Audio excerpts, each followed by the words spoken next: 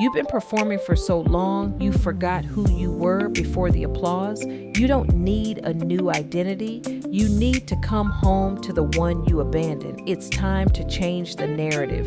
It's time to recognize who you are. You are not an imposter. You are not a mistake. You are not a placeholder in your own life. You were never the imposter. You were someone living under a label that was never meant for you. A label handed to you in moments when you were simply trying to grow, learn, or navigate unfamiliar territory. Instead of being supported, you were branded. And once that label attached itself to your identity, it started shaping the way you saw yourself. The moment you first heard the word imposter, you didn't question it, you absorbed it. You tried to make sense of it. You tried to understand how someone as capable as you could feel so uncertain, but you didn't realize that the label itself was the trap. It wasn't describing you, it was shaping you. Labels have power. They create narratives. They create expectations. They create limitations. And when someone gives you a label that doesn't belong to you, it can distort the way you see yourself. That's what happened. You weren't struggling with your identity. You were struggling with a label that never fit. You were never the imposter. You were someone who learned to question your own brilliance because the environments around you couldn't handle it. They needed you to doubt yourself so they could feel secure. They needed you to shrink so they could feel tall. They needed you to hesitate so they could move freely. The label was the problem. It wasn't a reflection of your truth. It was a reflection of their comfort. It was a way to explain your confidence in a way that made them feel less threatened.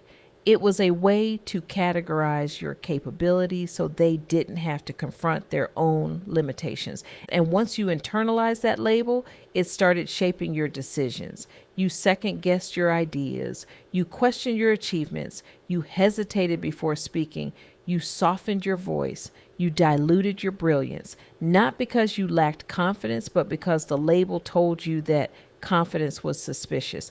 You were never the imposter. You were someone who had been mislabeled. And once you understand that, everything changes. You stop asking, what's wrong with me? And start asking, who gave me this label and why did I believe them? The label was the problem because it made you believe that doubt was evidence. It made you believe that hesitation was truth. It made you believe that your accomplishments were accidents.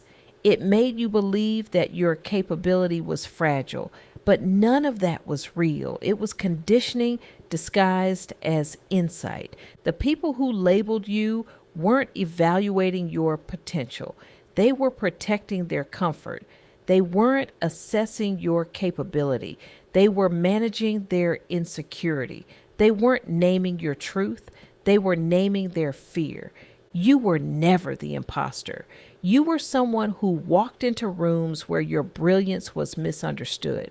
And instead of questioning the room, you questioned yourself. You assumed they knew something you didn't. You assumed their interpretation was accurate.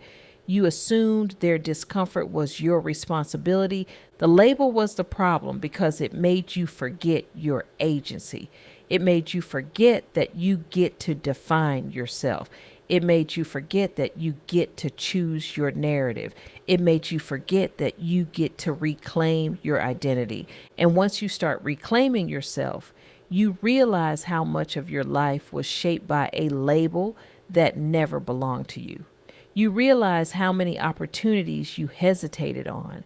You realize how many ideas you held back. You realize how many moments you softened yourself to avoid being too much. You were never the imposter. You were someone who was taught to mistrust your own brilliance. And that mistrust didn't come from truth. It came from repetition. It came from commentary. It came from environments that couldn't hold your power.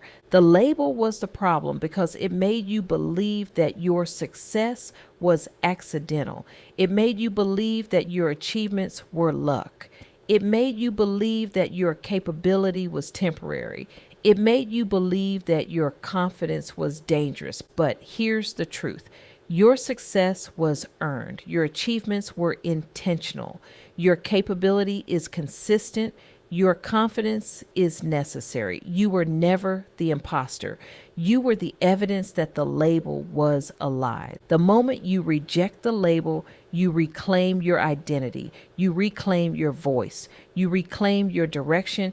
You reclaim your power. You reclaim the parts of yourself that were buried under doubt that didn't belong to you. You were never the imposter. You were someone who needed to remember who you are. And once you remember, you move differently. You speak differently. You choose differently. You protect yourself differently.